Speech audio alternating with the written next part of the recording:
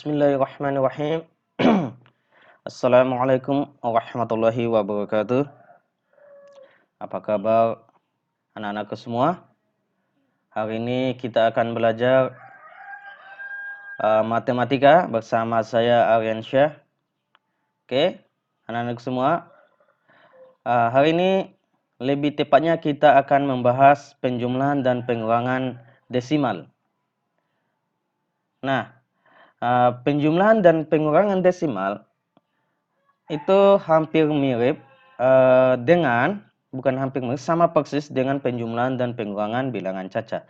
Cuma ada beberapa hal yang harus kalian perhatikan terlebih dahulu sebelum melakukan penjumlahan dan pengurangan bilangan desimal.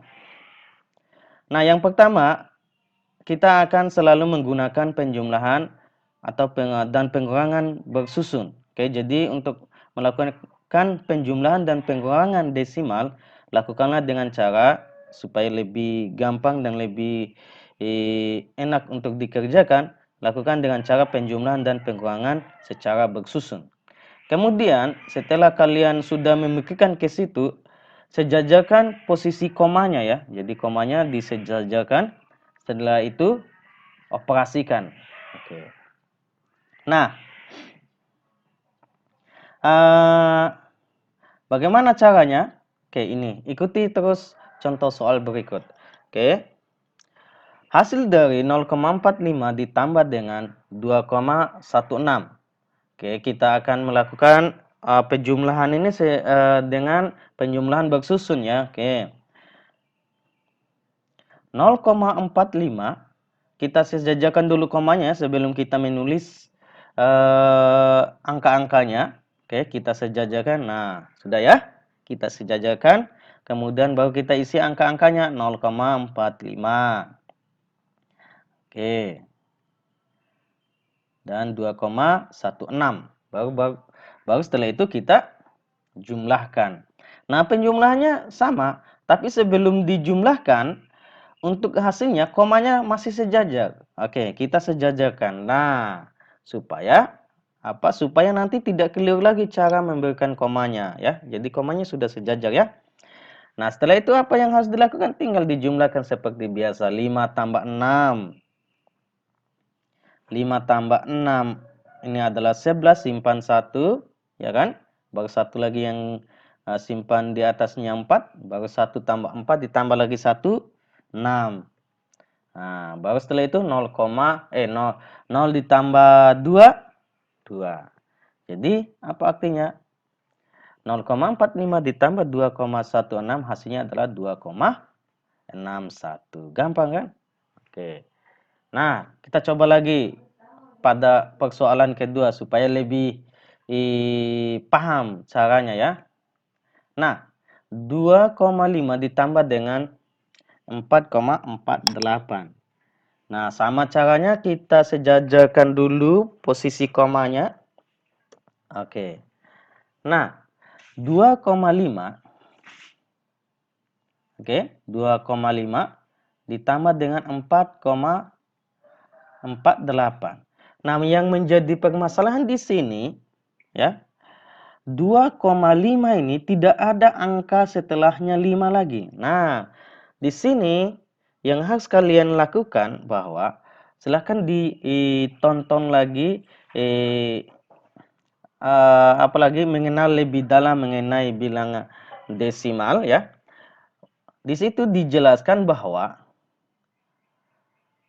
setelah angka 0 atau 0 setelah desimal maksudnya, setelah desimal atau setelah angka desimal atau 0 setelah angka desimal itu dianggap sebagai bilangan tak penting. Oke.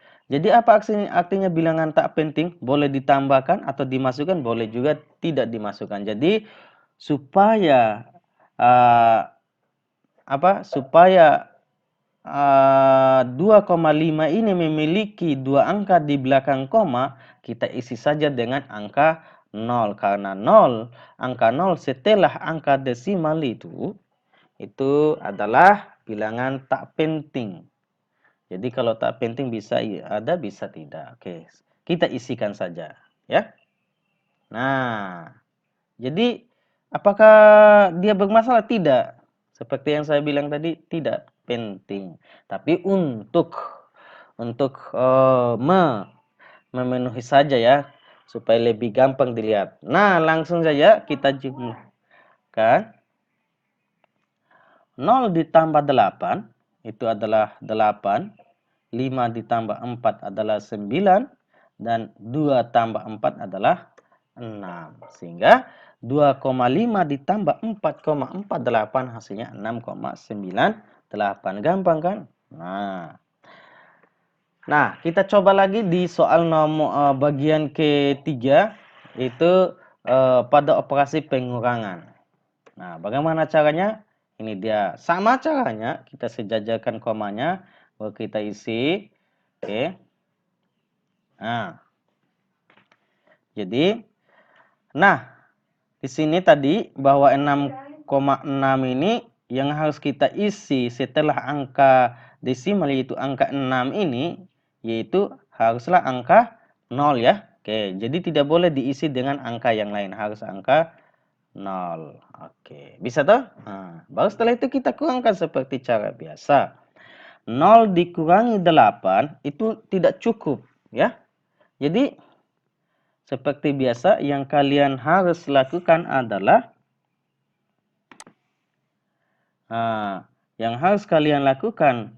supaya bisa dikurangkan seperti pembelajaran sebelumnya adalah kita pinjam satu bagian dari 6 ini. Oke. Kita pinjam satu bagian dari 6 ini. Oke.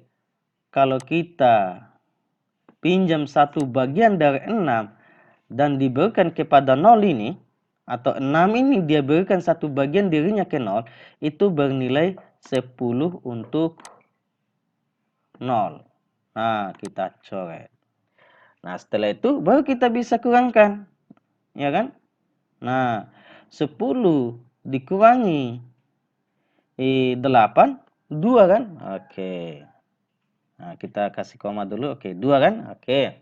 Nah, sekarang kita kurangkan lagi. 5 dikurangi 9. 5 dikurangi 9. 5 dikurangi 9 kan tidak cukup lagi. Nah, bagaimana cara kita pinjamkan lagi? Kita pinjam. Kita pinjam satu bagian dari 6 ini. Oke, ini 6 ini kita pinjamkan satu bagian ke 5 ini. Oke, satu bagian kalau dikasih ke 5 ini bernilai 10. Nah, supaya langsung bernilai 10, kasih saja angka 1 di depan 5. Jadinya 15 kan? Oke. Nah, sekarang 15 dikurangi 9 kan sudah cukup. Oke, 15 kurang 9, 6 ya. Oke. Dan setelah itu baru kita kurangkan sisanya, yaitu 5 dikurangi 5. 5 kurangi 5, 0. Kan hasilnya adalah 0,62. Oke. Nah, untuk permasalahan ini, anak-anakku semua, oke, kita akhiri saja. Assalamualaikum warahmatullahi wabarakatuh.